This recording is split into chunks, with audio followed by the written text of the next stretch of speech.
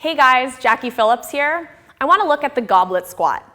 The goblet squat's a great variation of a squat for beginners because it really allows you to take away a lot of the pressure and weight that a backloaded squat or a barbell squat puts on you.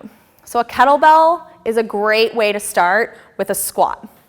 We'll use a 15-pound kettlebell for this one, but as you're aware, you can use other implements like dumbbells or barbells for a squat. But the kettlebell is a great way to start with a squat because it forces you into proper form, okay? So we'll approach the weight with our feet about hip width to shoulder width apart. This is really gonna depend on your body, the length of your legs, the length of your torso, but essentially you wanna find something that's comfortable for you.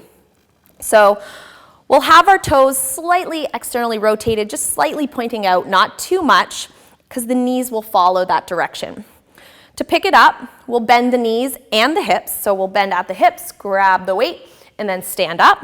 And for a goblet squat, we want the bottom of the kettlebell up. So you're gonna change your grip, flip the kettlebell up, and then have your elbows in tight to your body, okay? From here, all we want to do is drop straight down, okay? So all we're gonna do is bend at the knees, drop straight down. When the elbows hit the legs, that's when you know you've gone low enough, and then you can come back up, pressing out of the heels. That's why a goblet squat's so great for beginners.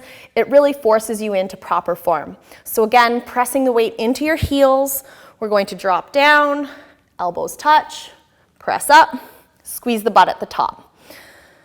Squat down, nice and slow, pause, press up out of the heels, squeeze the butt. And that's it.